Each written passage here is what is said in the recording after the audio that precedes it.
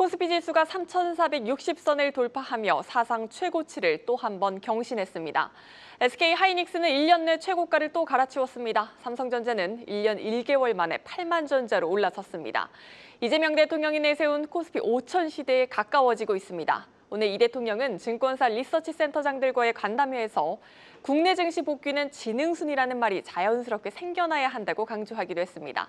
자세한 내용 대통령실 취재기자 연결해 들어보겠습니다. 유호성 기자, 오늘 이 대통령이 증권사 리서치 센터장들과 만났습니다. 현직 대통령이 증권사 센터장들과 이렇게 공식적으로 만남을 가진 건 처음인 것 같습니다. 네, 이재명 대통령은 증권사 리서치 센터장 16명과 함께 오찬 간담회를 열고 자본시장 정상화에 대해 논의했습니다. 후보 시절 리서치 센터장들과 만나 자본시장 활성화에 대해 논의한 바 있지만 현직 대통령이 이들 센터장들과 만난 것은 이번이 처음입니다. 이 대통령은 이 자리에서 국장 복귀는 지능순이라는 말이 생겨날 수 있도록 만들어야 되겠다며 자본시장 정상화에 대한 의지를 보였습니다. 직접 들어보시죠.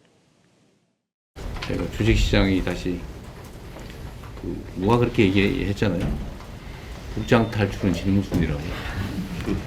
이걸 빨리 이제 국장 복귀는 지능순이라는 말이 생겨날 수 있도록 만들어야 되겠습니다.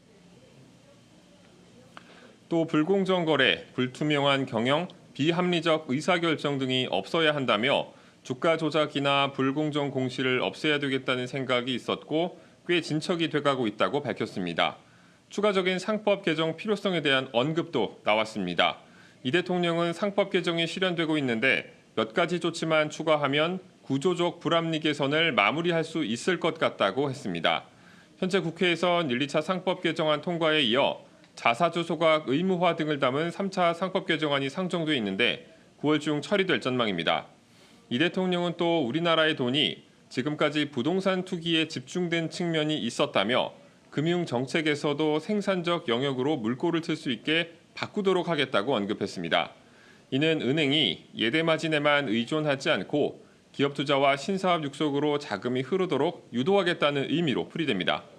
네, 하루꼴로 발생하고 있는 기업들의 해킹 사고에 대해서도 오늘 이 대통령이 근본적인 종합대책 마련을 주문했다고요? 네, 이 대통령은 대통령실에서 열린 수석보좌관 회의에서 통신사와 금융기관 해킹 피해 사례를 언급하며 해킹 피해 최소화를 위한 근본적인 종합 대책을 마련해달라고 지시했습니다. 최근 SK텔레콤과 KT 등 통신사, SGI 보증보험에 이어 롯데카드마저 해킹에 노출되면서 소비자 불안이 높아지자 대통령이 직접 대책을 마련할 것을 주문한 겁니다. 반복되는 해킹 사고에 개별 기업이 아니라 이제는 정부 차원에서 보완 대책 마련이 시급하다고도 했습니다. 이 대통령은 기업의 책임을 묻는 것도 필요하지만 한편으로 갈수록 진화하는 해킹 범죄에 맞서서 범정부 차원의 체계적인 보완 대책을 서둘러야겠다며 보완 없이는 디지털 전환도 AI 강국도 사상 누각에 불과하다고 강조했습니다. 지금까지 대통령실에서 한국경제TV 유호성입니다.